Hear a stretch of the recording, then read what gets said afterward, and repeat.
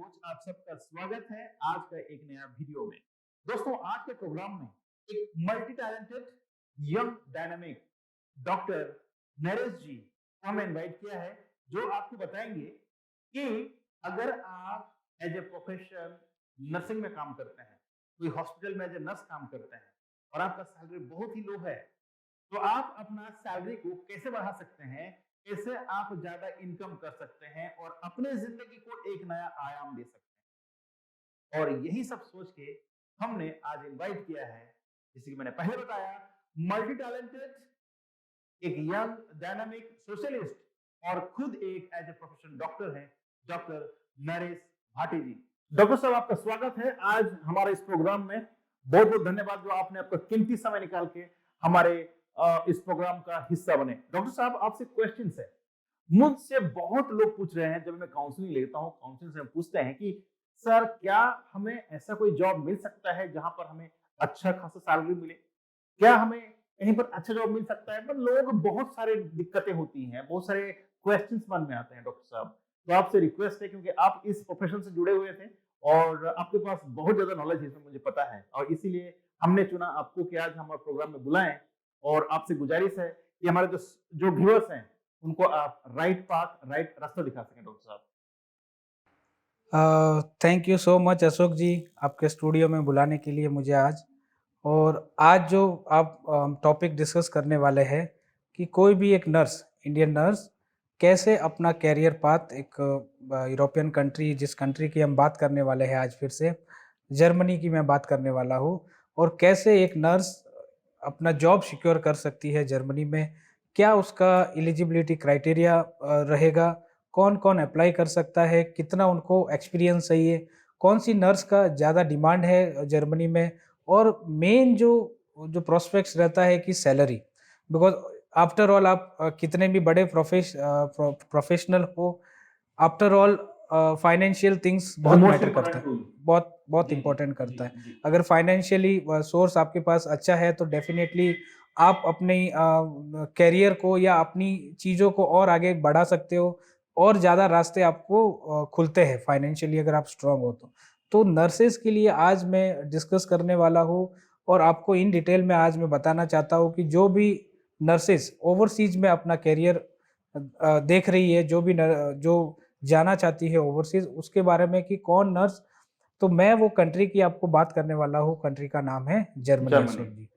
अब आप तो दोस्तों जैसे कि डॉक्टर साहब बता रहे थे कि जर्मनी आप जाके जॉब कर सकते हैं, लेकिन अब हमें ये डाउट हो रहा होगा कि भाई कौन जगह अप्लाई कर सकता है। तो डॉक्टर साहब आप ये बताइए कि इसमें कौन एलिजिबल है, इसमें क्वालिफिकेशंस क्या चाहिए, कितना एक्सपीरियंस चाहिए, क्या कोई एंट्रेंस एग्जाम इसमें लिखना होता है, और कितना खर्चा होता है जाने के लिए डॉक्टर साहब। ठीक है अशोक जी, तो पहला तो मैं आपको बताऊंगा कि इसमें एलिजिबिलिटी क्राइटेरिया है कि क्या है, कौन नर्स एलिजिबल है अप्लाई करने के लिए।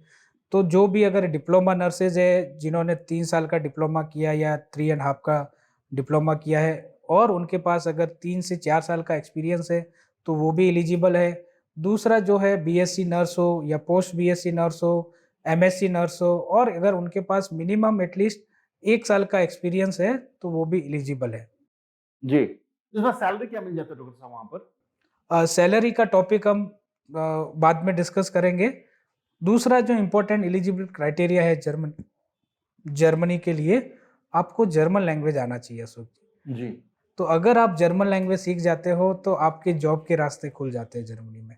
और जैसे हमने स्टडी फ्री नर्सिंग में जब लास्ट टाइम आपके स्टूडियो में थे, तो जब स्टडी फ्री नर्सिंग की हमने बात की थी जर्मनी के लिए, तो वैसे ही नर्सेस के लिए भी जर्मन लैंग्वेज स्टिल B2 तक रिक्वायर है। डॉक्टर साहब यहाँ पर मेरे डाउट आ रहा है, इसमें एज क्राइटेरिया कुछ मायने रखता है क्या, कि अगर कोई 20 साल का है, 30 साल का है या 40 साल का है तो जा सकता है, नहीं जा सकता है। एज क्राइटेरिया अगर मैं आपको बताऊँ तो बिलो 45 अगर कोई भी नर्स है तो definitely they can go, they can apply and definitely जा सकते हैं। दोस्तों यहाँ पर एक बात ध्यान रखिए, अगर आप 45 साल के ऊपर हैं तो नहीं जा सकते। इसका मतलब क्या है यार, जल्दी आपको डिसीजन लेना है, ठीक है। अगर आपको बाहर जाके नौकरी करना है, बाहर जाके जॉब करना है, डॉक्टर साहब से एक और क्वेश्चन पूछते हैं कि डॉक्टर साहब अगर कोई नर्सिंग किया हुआ हो, यहाँ पर 4-5 साल एक्सपीरियंस है, या जिनके पास कोई एक्सपीरियंस नहीं है, फ्रेशर हैं, तो क्या वो एलिजिबल है अप्लाई करने के लिए। यस, अगर वो डिप्लोमा नर्स है, जीएनएम नर्स है, तो वो एलिजिबल नहीं है एग्जैक्टली डायरेक्टली जॉब के लिए।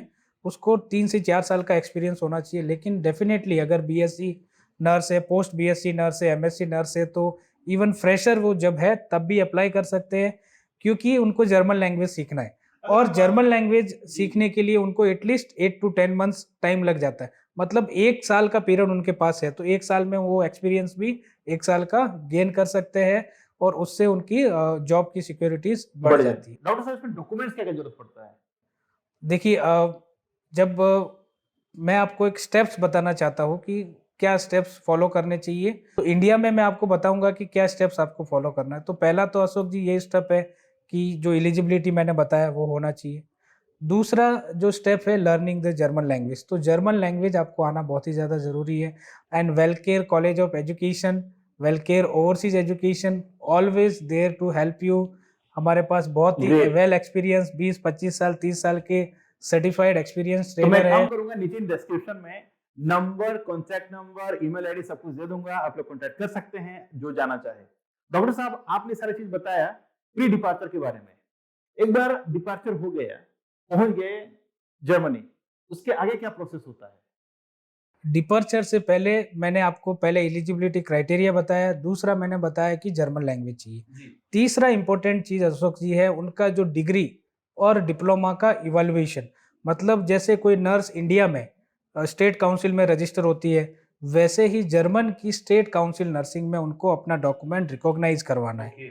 मीन्स उनके सारे डॉक्यूमेंट्स को ट्रांसलेट करना है, सर्टिफाई करना है, और फिर वो translated copy we have to apply in the nursing council in Germany.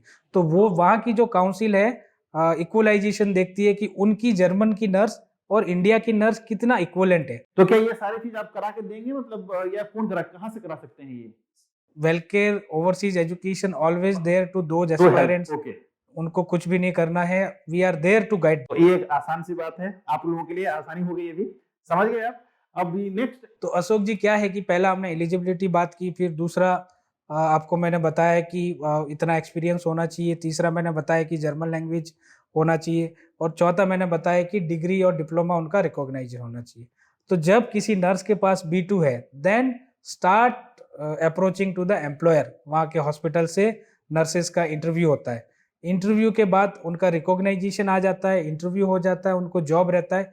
तो ये सारी चीज़ें उनको वीज़ा एप्लीकेशन के लिए उनको B2 जर्मन लैंग्वेज चाहिए, डिग्री उनका या डिप्लोमा रिकॉग्नाइजेशन चाहिए, और उनके पास जॉब कॉन्ट्रैक्ट होना चाहिए।